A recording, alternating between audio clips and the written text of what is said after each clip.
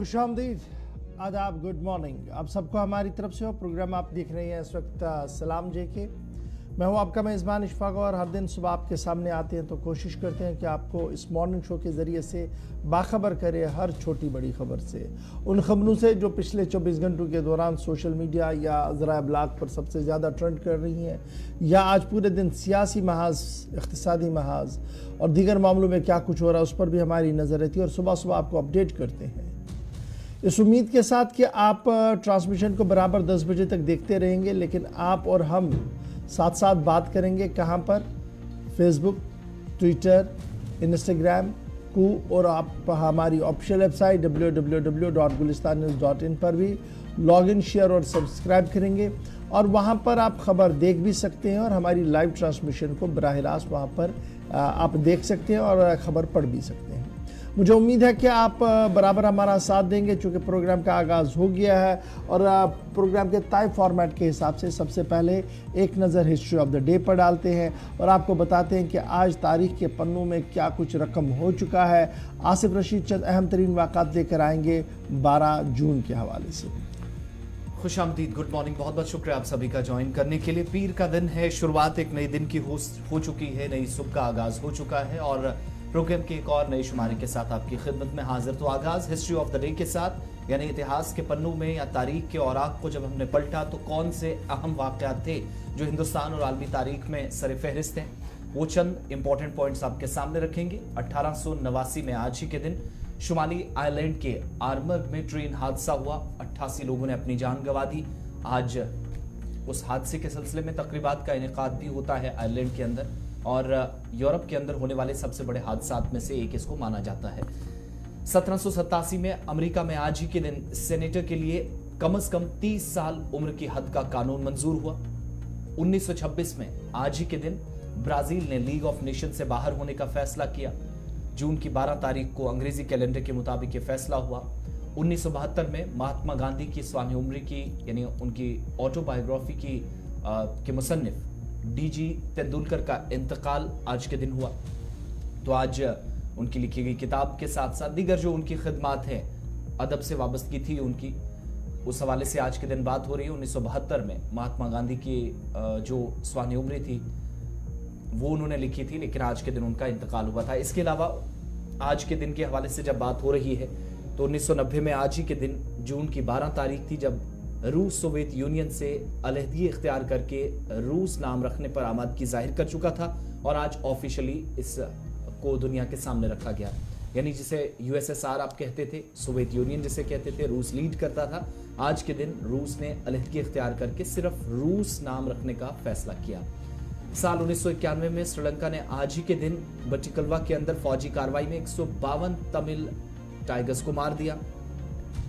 2002 में 21 वर्ष कबल आज के दिन वर्ल्ड चाइल्ड लेबर डे यानी आलमी यौम ममनू बच्चा मजदूरी की शुरुआत आज के दिन हुई कि कैसे बच्चों को मजदूरी से बचाया जा सकता है, बिलखुसूस जिनकी उम्रें 5 से 14 बरस की है। कानूनन जुर्म है। इस ताल्लुक से आगे चलकर बात करेंगे। जम्मू कश्मीर में आदादोशुमार क्या कहते हैं। शुरुआत आज के दिन इस दिन की हुई थी आज यानी 12 जून को 2002 में। और 2005 में आज ही के दिन नेपाल ने भारतीय टेलीविजन की नशरियात पर पाबंदी आज के दिन खत्म कर दी। तो 12 जून को यह अहम वाक़यात थे जो हिस्ट्री ऑफ द डे में सर फहरिस्त थे। इसके बाद सीधा खबरों की तरफ चलेंगे बिला ताखीर और सबसे पहले आपको अपडेट देते चलें क्योंकि यात्रा को महज 18 से 20 दिन रह गए हैं जब अमरनाथ यात्रा शुरू हो रही है, लेकिन उससे पहले ट्रैक पर सफाई का काम, बहाली का काम और दीगर कामकाज इस वक्त बॉर्डर रोड ऑर्गेनाइजेशन और जम्मू कश्मीर इंतजामिया ने हाथ में लिए हैं। इस वक्त चलिए जनाब, खबर का आगाज़ ऐसी खबर से करते हैं और आपको मजीद अपडेट करते हैं कि श्री अमरनाथ जी की यात्रा पर आने वाले यात्रियों के लिए हर मुमकिन सहूलियत को यकीनी बनाने के लिए तैयारियों को हतमी शक्ल दी जा रही है और सालाना अमरनाथ यात्रा की तैयारियां तेज़ कर दी गई है।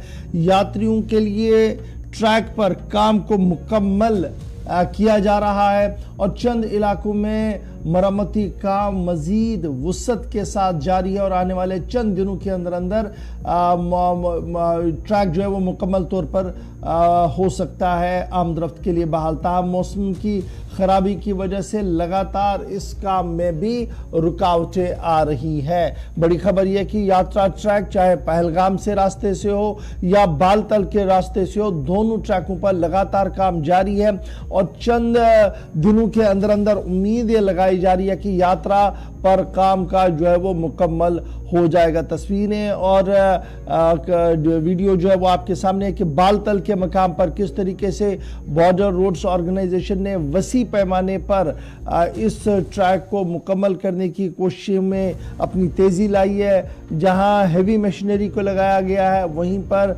आदमियों की भी एक अच्छी खासी तादाद इस शाहराह पर इस रास्ते को ठीक करने के लिए, मरम्मत करने के लिए जो है वो काम कर रही है। ताहम लगातार मौसम का मार और मौसम का बदलता मिजाज जो है वो इस ट्रैक पर रुकावटें पैदा कर रहा है। तस्वीर आप देख सकते हैं जी, ये गुफा की उस टनल की ये जो रास्ता है उसकी पहली तस्वीर है और उसके बाद आप देख सकते हैं कि मजदूर, बीआरओ और दीगर लोग जो है वो आहिस्ता आहिस्ता करके टनल की ओर जा रहे हैं ताकि रास्ते को मुकम्मल आमदरफ्त के लिए बनाया जा सके और 1 जुलाई से जब यात्रा शुरू हो तो यात्रियों को किसी किस्म की कोई मुश्किलात दरपेश ना हो। अब वक्त आ गया है जी, जब ये रास्ता मुकम्मल होगा तो इसके फ़ौरन बाद डिप्लॉयमेंट का सिलसिला शुरू होगा और डिप्लॉयमेंट के साथ ही कैंप, लंगर खाने और दीगर चीज़ों का क़याम अमल में लाया जाएगा।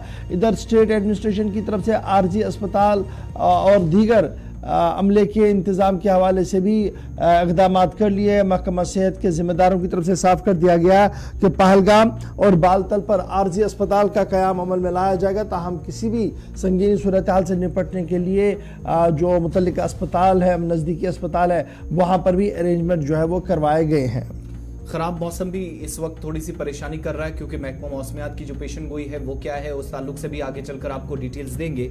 लेकिन कल से दोबारा मौसम खराब हो सकता है, लेकिन ये बालाई इलाका है चूंकि समुद्री सतह से हजारों फीट की बुलंदी पर ये इन एरियाज के अंदर काम चल रहा है जहां पर बॉर्डर रोड ऑर्गेनाइजेशन को जिम्मेदारी दी गई है, मेन एंड मशीनरी काम कर रही है। तो 2 तस्वीरें आपके सामने, एक ट्रैक पर काम लगभग मुकम्मल है, यानी अब जो थोड़ी बहुत सफाई का काम है, कुछ एक मकामात पर चट्टानें दाएं बाएं करनी है वो की जा रही है। और ये वो तस्वीर है जहां पिछले साल आपको याद होगा तकरीबन 1 दर्जन से ज्यादा यात्रियों ने अपनी जान गंवा दी थी इसी जगह पर जहां पर बादल फटने का एक वाकया पेश आया था और सतह आप में अचानक इजाफा हुआ था और कई खेमे जो इस इलाके के अंदर यानी इस प्लेन एरिया के अंदर लगे थे गुफा के सामने वाली पहाड़ी पर, जिनको यहां से बाद में हटाना पड़ा था। और इस बार लेफ्टिनेंट गवर्नर इंतजामिया ये कह रही है कि इस जगह पर टेक्निकली कोई भी खेमा नहीं लगाया जाएगा, जिस पर आपको याद होगा कि डॉक्टर फारूक अब्दुल्ला, महबूबा मुफ्ती समेत कई जो साबिक वुज़रा आला है, साबिक वुज़रा है, उनकी तरफ से सवाल उठाए गए थे टेक्निकलिटीज के इश्यूज को लेकर। इस पर और बात करेंगे। तस्वीरों की तस्वीरें तो साथ साथ आप देख रहे हैं। सलीम वानी गांधरबल से हमारे साथ है। सलीम, एग्जैक्टली क्या पोजीशन अभी है? सिर्फ 15 से 16 दिन बीआरओ के पास हैं, सिविल अथॉरिटीज के पास हैं, क्या ट्रैक मुकम्मल तौर साफ हो चुका है? देखो आसिफ, जो अमरनाथ यात्रा 2024 है तो अक्टूबर 2022 में जो फैसला लिया था एमएचए ने कि ये जो पहले स्टेट एडमिनिस्ट्रेशन के पास था, यूटी एडमिनिस्ट्रेशन के पास है ट्रैक, उसके बाद ये बीआरओ को सौंप दिया गया। तो अक्टूबर 2022 में बीआरओ ने काम लगाया था, 2 महीने काम भी किया था। उसके बाद इस साल जो ही उन्होंने मार्च से काम स्टार्ट किया तो मौसम की जो मानी है कि मारामारी है कि मौसम ने इनको साथ भी नहीं दिया। काफी कम टाइम मिला कि 1 दिन बारिश, 3 दिन काम रोकना पड़ता था। तो लेकिन ऑलमोस्ट अब चीफ इंजीनियर बीआरओ कश्मीर, जिसने खुद भी काफी सारे विजिट किए थे, 2 दिन पहले वो और भी गया था, ऑलमोस्ट ट्रैक कंप्लीट है। लेकिन इनका ये कहना है कि हम ट्रैक को ऐसे बनाएंगे कि लोगों को कोई भी मुश्किलात ना आए। ट्रैक तो कंप्लीट है पूरी तरह से। जो बालतल बेस कैंप है गांधरबल डिस्ट्रिक्ट का, सब डिवीजन कंगन में जो आता है, तो पूरी तरह से एडमिनिस्ट्रेशन, सूबाई हो, डिस्ट्रिक्ट हो, जम्मू कश्मीर पुलिस हो या अदर सिक्योरिटी एजेंसीज है, सबको ने अपना डेरा संभाला है बालतल में, छोटी इसमें। लेकिन सलीम, अभी कितना वक्त लग सकता है इस यात्रा को, ट्रैक को थ्रू करने में? क्योंकि इसके फौरन बाद हम देखते हैं कि डिप्लॉयमेंट लगती है और साथ साथ जो है लंगरों के लगने का सिलसिला लगता है और फिर 3 से 4 दिन पहले ही एक ट्रायल रन भी किया जाता है इस पूरे इलाके के अंदर। तो किस तरीके की अभी सरगर्मियां चल रही है? कितना दिन और कितना वक्त अभी इस ट्रैक को थ्रू होने में लग सकता है बालतल से? और लंगर खाने लगाने के हवाले से क्या स्पॉट्स आइडेंटिफाई कर दिए गए हैं?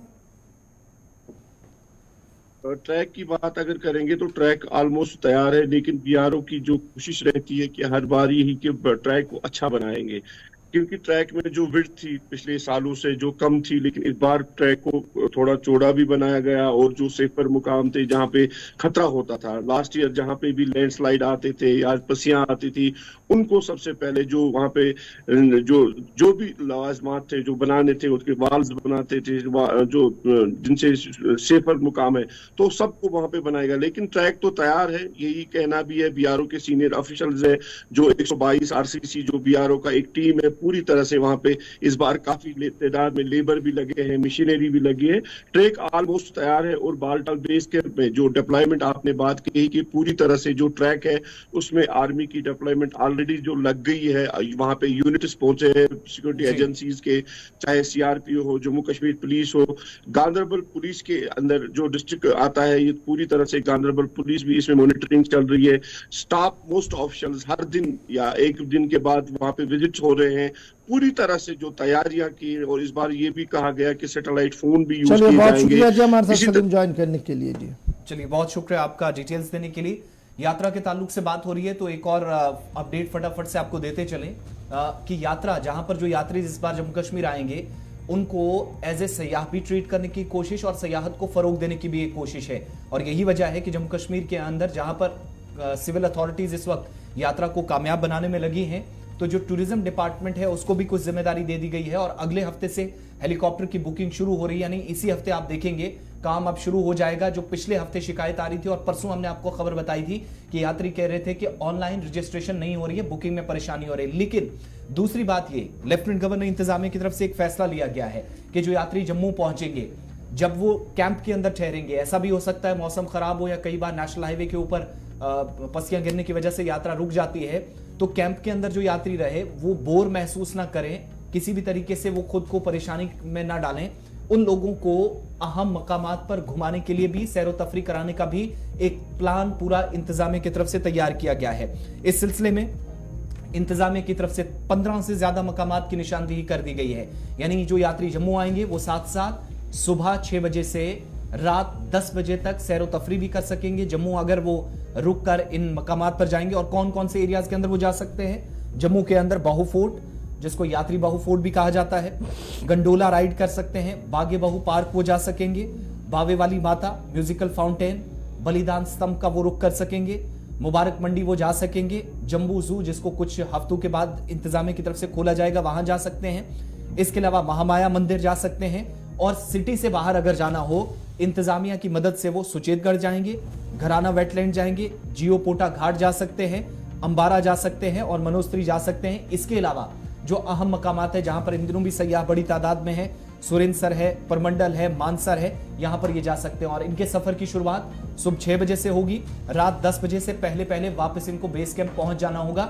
ये एक तैयारी है, यानी अगर जो यात्री लंबे अरसे तक रुकेंगे, उनको कहीं पर जाना हो तो इंतजामिया उनको घूमने की इजाजत देगी। दूसरा, 20 जून तक जम्मू कश्मीर के अंदर 60,000 के आसपास सिक्योरिटी फोर्सेस के एहलकार तैनात कर दिए जाएंगे। ये भी जराये से खबर मौसूल हो रही है क्योंकि काम इसी हफ्ते तकरीबन शुरू हो जाएगा। और इस सिलसिले में अब इशफाक जम्मू जो साधु संत है उनका पहुंचने का सिलसिला भी राम मंदिर में शुरू हो गया है।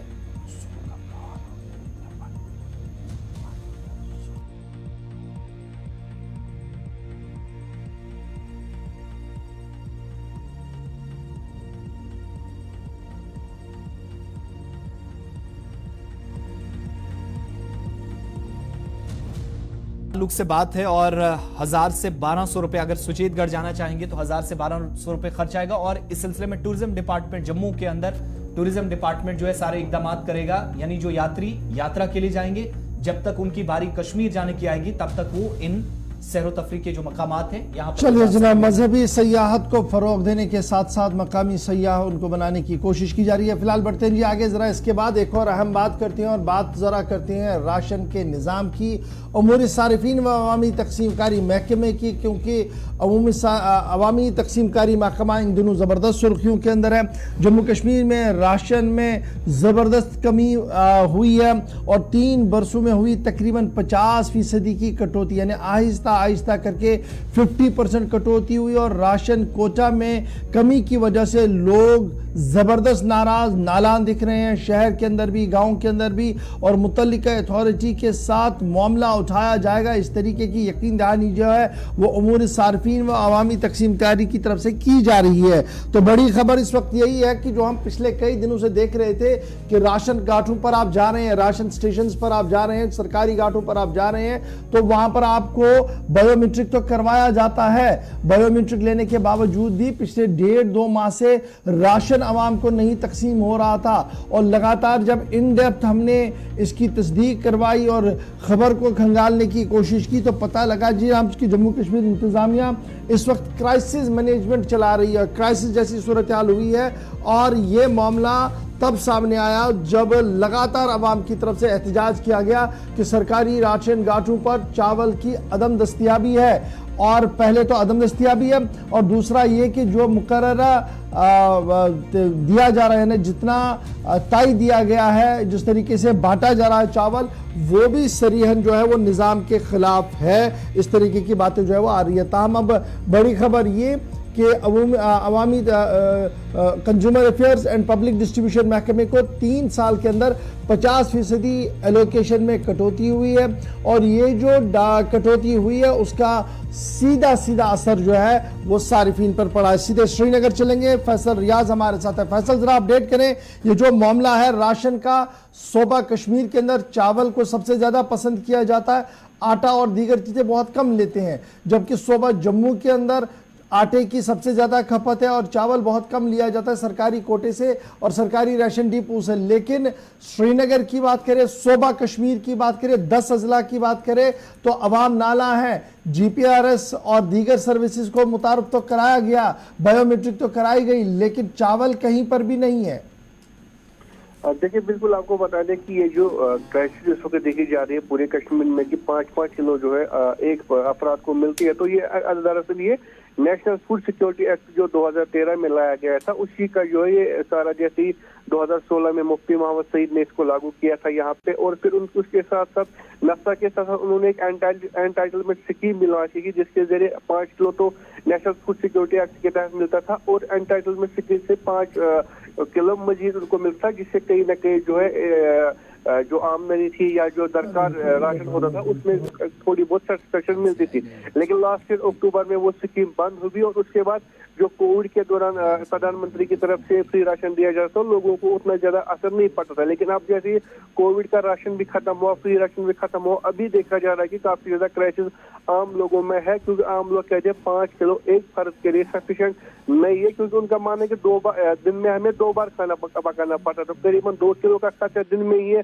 और लोगों का मानना है कि जो हमें आज दिया जाता है राशन, इसमें तो हमें इससे ज्यादा तो हम भिखारियों को महीने में देते हैं कि आप जो भीख मांगते हैं।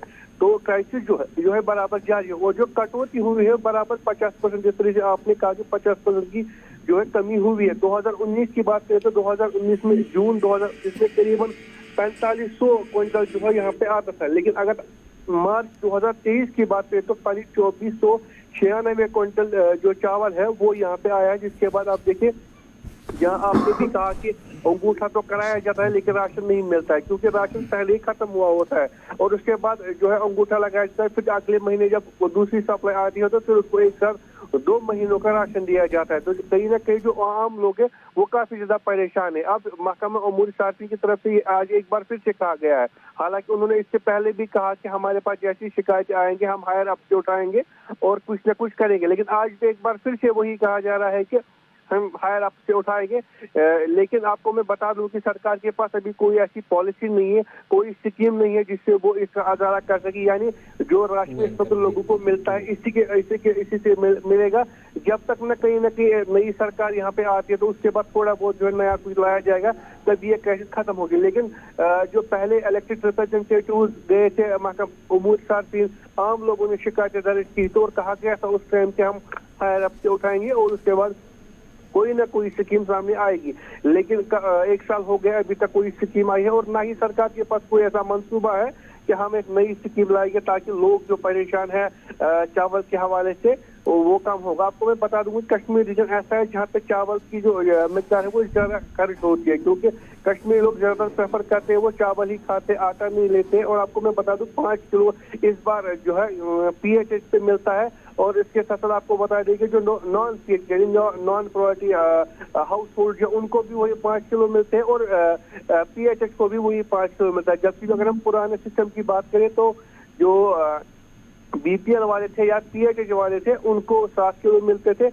उसके नहीं, साथ ये साथ तो जो स्कीमें अपनी तरह है, लेकिन अब तो उन स्कीमों पे भी अमल दरामद नहीं है। चाहे 5 किलो दे रहे थे चावल या 10 किलो दे रहे थे चावल, अब तो सरकार अवाम जो है वो तो उस पर सवाल ही नहीं उठा रही है। वो तो कह रही है जनाब हम तो पहले से बता रहे थे कि कश्मीर सूबे के अंदर चावल सबसे ज्यादा इस्तेमाल होता है, लेकिन दिया क्या जा रहा वो सबके सामने। जिस घर के लिए 15 से 20 किलो चावल या 25 किलो चावल होना चाहिए था वो 7 से 8 किलो चावल जो है सरकार से ले रहा है और बाकी ओपन मार्केट से ले रहा है। लेकिन अब जब ये भी दस्तयाब ना हो तो क्या हम ये माने कि आहिस्ता आहिस्ता करके अमूर सारिफीन व अवामी तकसीमकारी महकमा डिफंग हो रहा है और जो हसास चीज़ें इनके पास थी वो आहिस्ता आहिस्ता करके ली जा रही हैं, ख़त्म हो रहा है ये डिपार्टमेंट क्योंकि ये अपनी एग्जिस्टेंस खो रहा है?